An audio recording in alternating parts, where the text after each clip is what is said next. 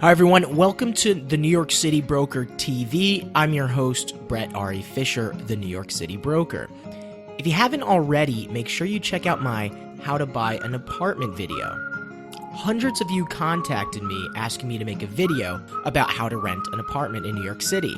So to show that I do indeed listen to my clients, peers, friends, and family, today I'm going to teach you exactly that. Renting an apartment shouldn't be difficult, but in New York City, I'd be lying if I said no renter has ever come up to me and told me that trying to find an apartment is more painful than getting your teeth pulled without anesthesia. That's why I'm here to help prepare you for your rental search to the best of my ability. Why is it so difficult anyways? First off, depending on what season it is, an apartment might only be on the market for a few days or maybe even just a few hours. Because of this, there's a lot of competition for each unit. What is the first step? Step 1. Have your paperwork ready. I've had several clients in the past who did not have their paperwork ready until they saw an apartment they wanted to put an application on. This despite me telling them over and over to get everything together.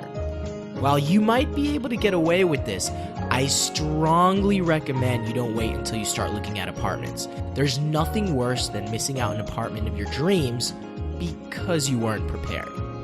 What does the paperwork entail?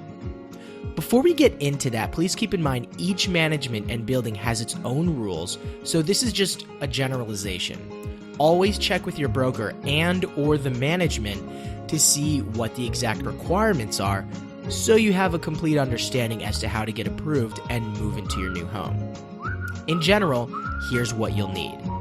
A photo ID, bank statements, both checkings and savings, employment letter on company letterhead with annual income, tax returns, a landlord reference letter, and if you are an independent contractor or sole proprietor, then you may need a CPA letter as well.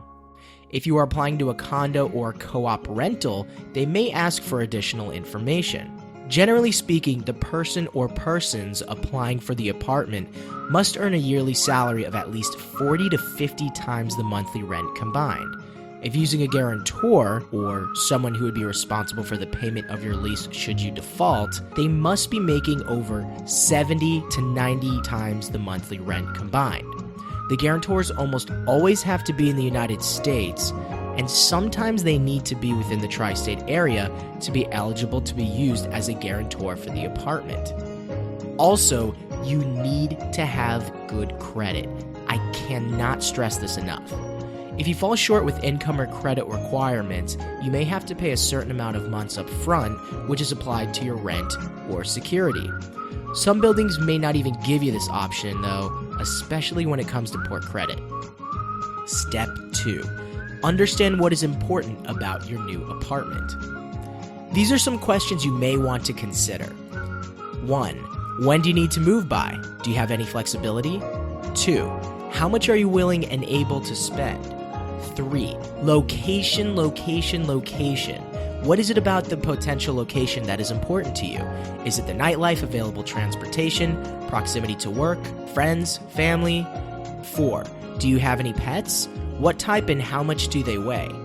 5. What amenities do you need in the building? Do you need an elevator and a doorman? What about a roof deck and a gym? Perhaps you just need laundry in the building, or maybe it's important that you get lots of light and have a great view.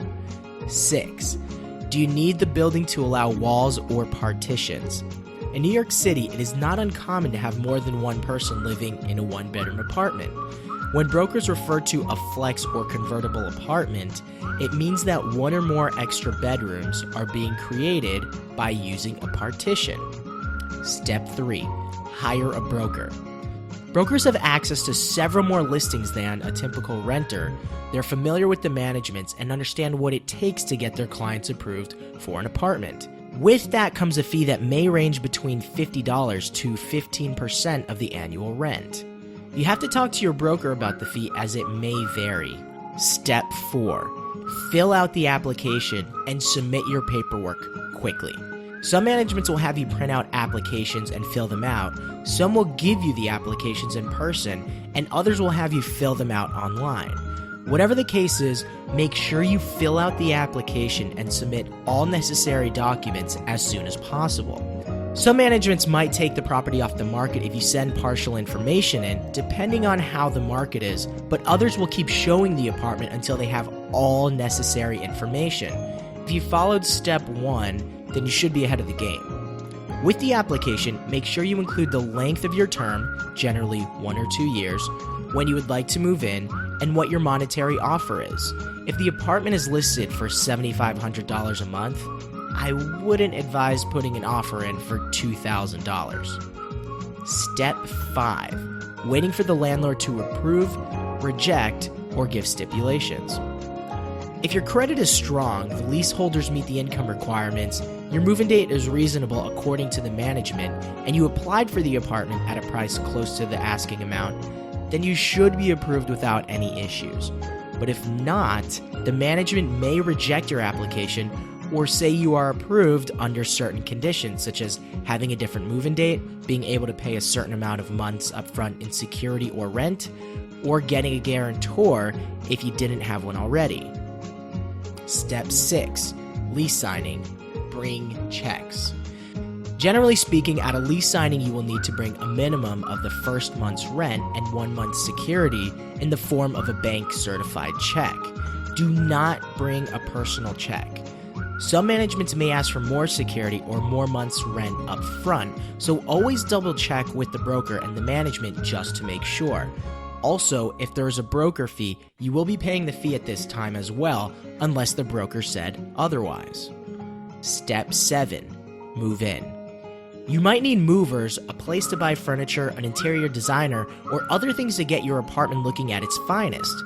If you need me to put you in touch with someone, please feel free to reach out to me at brett@thenewyorkcitybroker.com, and I can give you references.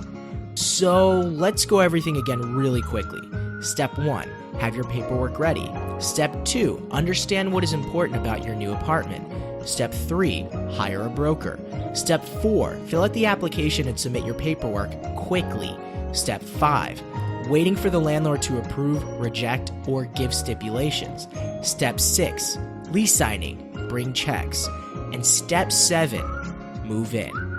If you got to this point, congratulations, you have found your new home. This is a very exciting time for you.